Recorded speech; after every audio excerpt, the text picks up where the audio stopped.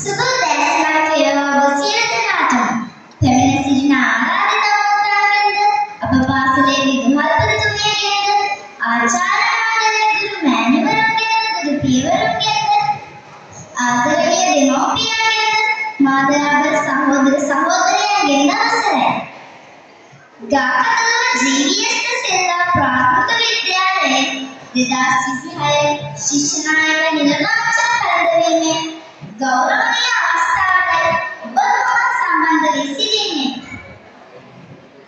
නායකයන් අතර බුදුරජාණන් වහන්සේ තරම් නායකයෙක් මේ විශ්වයට තවමත් දිවි නැහැ.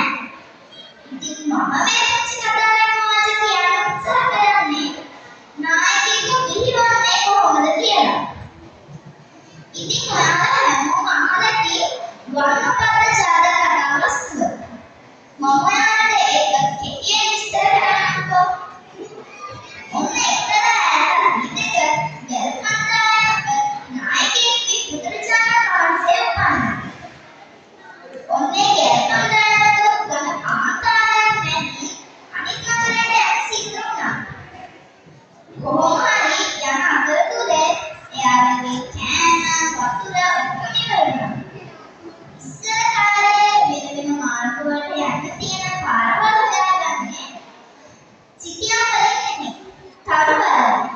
ඉතින් මේ තරු බලගෙනාට මහන්සියක් නැතිලා නිින්ද ගියා. ඊට පස්සේ එයාලා නැවත හිටපු තැනට වටයක් කරකෙවිලා එතෙන් තමයි ආවා. ඉතින් එයා කල්පනා කරලා බැලුවා අපි තාම හිටපු තැනමනේ. දැන් එයාලා හරිම තිබ්බ කෑමක් නෑ. දැන් අර ගැලනායකයා ටිකක් වෙලා කල්පනා කර ඉන්නකොට දැක්ක ඈතට මෙතන පොරක් තියෙනවා. ඉතින් ඒ පිරිසට කියලා එතෙන්ට ගියා. ගැලනායකයා කිව්වා මෙතන අනිවාර්යයෙන් ආචාර්ය තියෙනවා. අපි මෙතන කොහොම හරි හරවන්න ඕන. හැරුවට පස්සේ අපේ ජීවිතේ බේරගන්න පුළුවන් කියලා ගැලනායකයා කිව්වා. ඉතින් දැන් හර කට්ටියට හරි අමාරුයි. පුරාම නෑනේ. ඉතින් හැමෝම අමාරුවේ කොහොම හරි අඩි 60ක් විතර හරගෙන යනකොට කූපල්වලක් හම්බුණා. ඊට පස්සේ නායකයා කල්පනා කළා ඒ ගලට කන තියලා බැලුවා. වතුර යසත් එනවා. අර ගැලනායකයා කිව්වා අපේ ජීවිතේ බේරගන්න ඕන නම් අපි හැමෝම එකතු වෙලා මේ ගල කඩන්න ඕන. ඊට පස්සේ අර හැමෝම වැටිච්ච තැන්වල කොහොම හරි අමාරුවෙන් නැගිටලා හැමෝම එකතු වෙලා අර ගල කැඩුවා. කඩනකොටම ලොකු වතුර පාරක් ඉසිකලා ආවා. ඉතින් මේ හැමෝම සතුටින් තමන්ට කරන් වතුර දීලා වතුර අරගෙන නැවතත් අර ගමනට පිටත් වුණා. අන්න බලන්න දැන් අර ගැලනායකයා කියන්නේ අර පිරිස ජීවතුන් අතර නෑ නේද? අර පිරිස හිටියේ නැත්නම් ගැලනායකයා ජීවතුන් අතර නෑ. බලන්න දැන් අර ගැලනායකයා කියන වැඩක් තියද අර පිරිසගේ උදව්ව තිබ්බ නැත්නම් පිරිසගේ උදව්ව තිබ්බට වැඩක් තියද අර ගැලනායකයාගේ මොන නැත්නම් ඉතින් මේ හැමෝම එකතු වෙලා සමගියෙන් මේ වැඩ කරපු හින්දා එයාලා හැම කෙනෙක්ගේම ජීවිත දෙන්නා. එසේනම් අපේ විදුහල්පතිතුමිය අපේ ගුරු මණ්ඩලය අපි නායකයෙක් බවට පත් කරපු ගමන් අපි නායකයෙක් වෙනවද?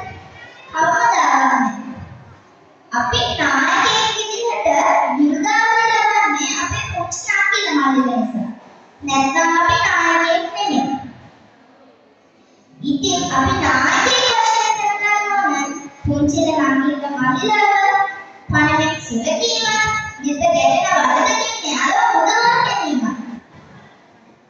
අපි ඇවිදින විදිහ අපේ හැකියාව ඒ හැම දෙයක්ම අකිල මල්ලිලව කරනවා.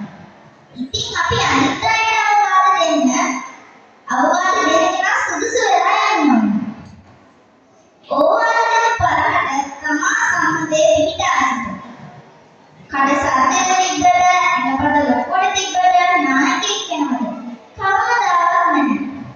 අපේ පාසලේ ආරම්භයේ සිට අවසාන තුනේ දක්වාම විරුද්ධාවලි ලබන්නේ නම් අපි මේ ඉන්න ශිෂ්‍ය නායක මණ්ඩලයෙන් සමගියෙන් එකමුතු අවංකව වැඩ කරන්න ඕනේ.